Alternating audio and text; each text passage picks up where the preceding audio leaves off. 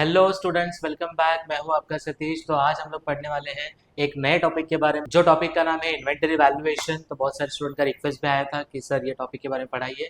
ठीक है, तो आज हम लोग पढ़ने वाले हैं इन्वेंटरी वैल्यूएशन के बारे में। तो सबसे पहले मैं आपको ये क्लियर कर दूं कि बेटा इन्वेंटरी का मतलब होता है स्टॉक। हाँ, आपने राइट सुना है, स्टॉक। जो कि आप रॉ मटेरियल का स्टॉक होता है, फिनिश गुड्स का स्टॉक होता है, डब्ल्यूआईपी का स्टॉक होता है। अच्छा, रॉ मटेरियल मतलब क्या होता है कि अगर आप किसी भी चीज़ का प्रोडक्शन कर रहे हो तो बट ऑब्वियसली उसके लिए आपको क्या लगेगा, रॉ मटेरियल लगेगा।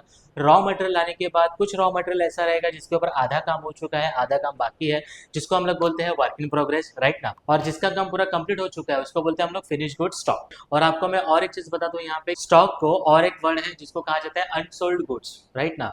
जो भी आप गुड्स सोल्ड नहीं करते, जो आपके गोडाउन में ऐसे ही पड़ा है, उसको हम लोग बोलते हैं स्टॉक, अनसोल्ड गुड्स, या तो फिर आप उसको इन्वेंटरी भी बोल सकते हो। ठीक है, तो ये इन्वेंटरी का वैल्यूएशन होना बहुत बहुत बहुत इंपॉर्टेंट होता है, क्योंकि आपको पता ही है कि अगर आपका कोई गोडाउन है, आपका कोई मैन्युफैक्चरिंग यूनिट है, तो आपके पास जो वर्कर काम कर रहे हैं वो वर्कर उस रॉ मटेरियल को अच्छी तरीके से यूज कर रहे हैं कि नहीं कर रहे हैं, आपके पास कितना माल रोज गोडाउन में आ रहा है, कितना माल आपके पास से जा रहा है, इन आउट का रिकॉर्ड रखना। सो फॉर दैट पर्पज हम लोग इन्वेंटरी वैल्यूएशन पढ़ते हैं। तो आइए देखते हैं कि इसमें क्या इसका एग्जैक्ट मीनिंग होता है, इसके कौन से मेथड्स वगैरह हैं, आपको किस तरीके से सम को सॉल्व करना है। चलिए आइए जानते हैं। तो यहाँ पे मैंने आपके लिए एक मीनिंग रेडी करके रखा है। इन्वेंटरी वैल्यूएशन का मतलब होता है every manufacturer requires raw materials for the production, right ना। किसी भी मैन्युफैक्चरर को अगर किसी भी प्रोडक्ट का प्रोडक्शन करना है तो बट ऑब्वियसली उसको रॉ मटेरियल लगेगा, right. They convert the raw material into the finish goods. Such finish goods are may be unsold, मतलब कि सारे के सारे जो बनाए हुए गुड्स हैं वो बेचे जाएंगे या नहीं जाएंगे, कुछ ना कुछ तो अनसोल्ड होता ही है। ठीक है, टिल द ईयर एंड, मतलब साल खत्म होने तक कुछ गुड्स बेचना बाकी रह जाते हैं। ठीक है, valuation of the such unsold goods known as the valuation of the inventory. जो आपके पास गोडाउन में माल बचा हुआ है, जिसको हम लोग अनसोल्ड गुड्स कहते हैं, उसका वैल्यूएशन करना बहुत बहुत बहुत इंपॉर्टेंट होता है। तो आइए देखते हैं कि इसके मेथड्स कितने होते हैं। तो सबसे पहला चीज़ है यहाँ पे कि दो टाइप के इसके मेथड्स हैं, यहाँ पे आप देख पा रहे हो।